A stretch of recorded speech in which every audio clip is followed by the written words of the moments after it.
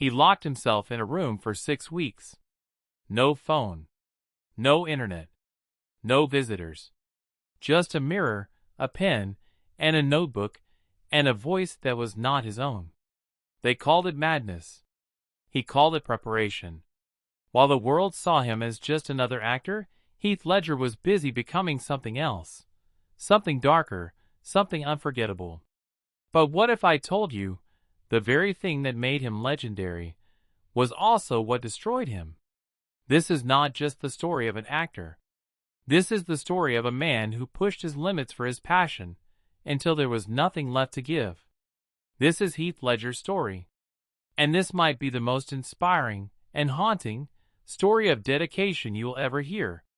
Heathcliff Andrew Ledger was born in 1979 in Perth, Australia.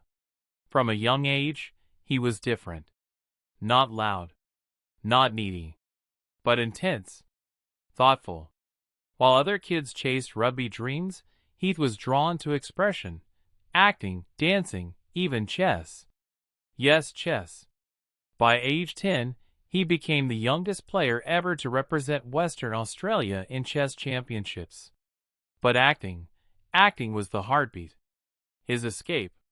At 17, he left school and drove 3,000 miles across Australia with $70 and a dream to become an actor.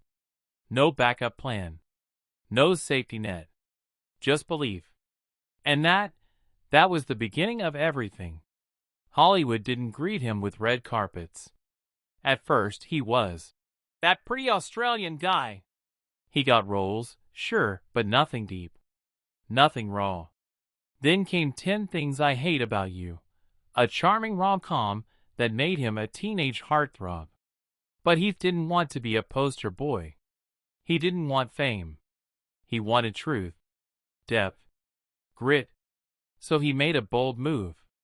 He turned down every commercial, every blockbuster offer, and waited. Waited for something real. That something came with Monsters Ball, then The Patriot, and finally Brokeback Mountain, a role that terrified many actors at the time. But he said yes without blinking. His performance as Inez Del Mar wasn't just acting. It was vulnerability. Quiet. Painful. Real. He didn't just act. He became. And for that, he earned an Oscar nomination. But Heath Ledger's legacy, his name carved into cinematic history, would come from one decision: becoming the Joker in Christopher Nolan's The Dark Knight. When fans first heard about it, they were furious. The guy from a romantic comedy? He can't play the Joker. Heath didn't respond. Instead, he disappeared. For 6 weeks, he locked himself in a London hotel room. No distractions. No friends. Just a diary and his mind. He experimented with voices, facial expressions, psychological theories. He studied real-life psychopaths. He scribbled pages of madness. He built the Joker, not as a villain, but as a force of chaos with no rules, no empathy, and no care for consequence. By the time he stepped on set, he was the Joker. And what happened next shocked the world.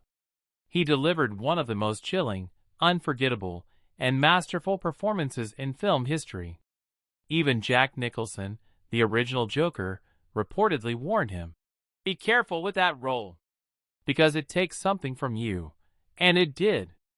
After The Dark Knight, Heath Ledger couldn't sleep. For months, he battled insomnia, anxiety, and restlessness. He spoke of racing thoughts, of needing to escape his own mind. He was prescribed sleeping pills, and anxiety meds, and painkillers. He took them, sometimes mixed them, not to get high, but to rest.